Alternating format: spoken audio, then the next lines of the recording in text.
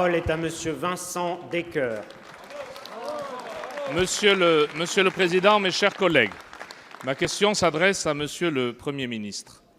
Jeudi dernier se tenait à Cahors la 2e conférence nationale des territoires, au cours de laquelle vous avez abordé la relation financière entre l'État et les collectivités locales, avec comme fil rouge la maîtrise des dépenses de fonctionnement.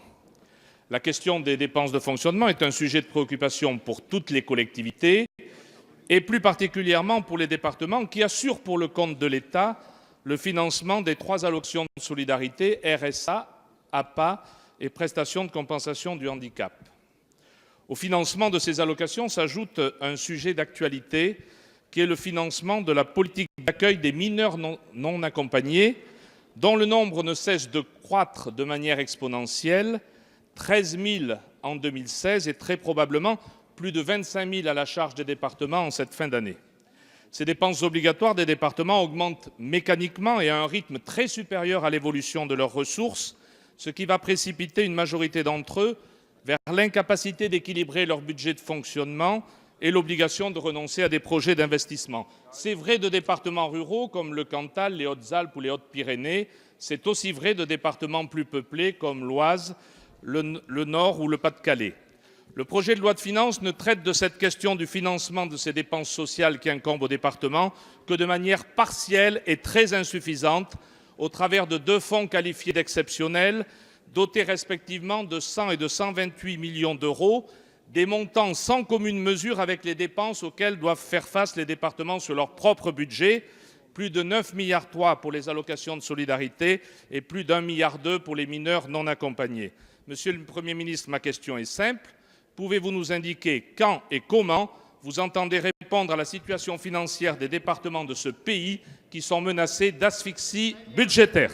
Merci, Monsieur le député. La parole est à Monsieur Gérald Darmanin, ministre de l'Action et des Comptes publics. Merci, Monsieur le Président. Mesdames et Messieurs les députés, Monsieur le député, je sais que vous connaissez particulièrement bien la question pour avoir été président d'un département et je sais à quel point vous vous engagez, notamment avec le président Bussereau et tous les départements de France, à faire reconnaître légitimement la meilleure relation entre l'État et les collectivités locales, et particulièrement les départements. Gérard Collomb, Jacqueline Gouraud, Jacques Mézard et moi-même avons déjà travaillé depuis quelques mois avec les départements, et il est vrai que si le projet de loi de finances ne résout pas toutes les questions importantes, complexes, et qui datent d'un certain temps, si vous me permettez cette expression, Monsieur le Président, nous avons réglé une partie de ces questions, même si toutes les parties ne sont pas concernées. D'abord, sur le travail du rapporteur général Joël Giraud, à qui je veux rendre hommage ici, il y a eu la recréation effectivement des fonds de plus de 150 millions d'euros, 50 millions pour l'outre-mer et 100 millions d'euros pour les départements métropolitains, avec notamment à sa demande la prise en compte pour les mineurs isolés. Et je pense que nous pouvons souligner le travail de Joël Giraud et l'ensemble de la majorité parlementaire sur cette question très importante.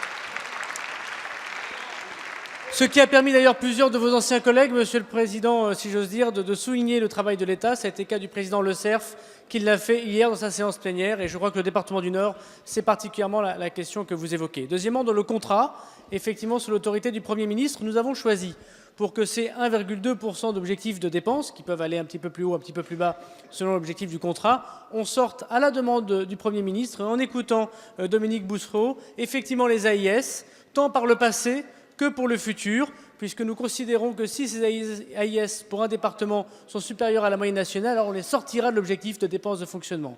Troisièmement, je voudrais souligner ici que ce fonds exceptionnel, ces AIS qui sont sortis de ces objectifs de dépenses, c'est avec, ça change beaucoup du quinquennat précédent, une non-baisse des dotations aux collectivités, et particulièrement pour les départements, je pense que c'est à souligner. Et puis enfin, je voudrais souligner ici, Monsieur le Président, que nous savons très bien que nous n'avons pas réglé le problème des départements dans cette loi de finances et que toute l'année, nous allons y travailler sous l'autorité du Premier ministre. Monsieur le ministre, la parole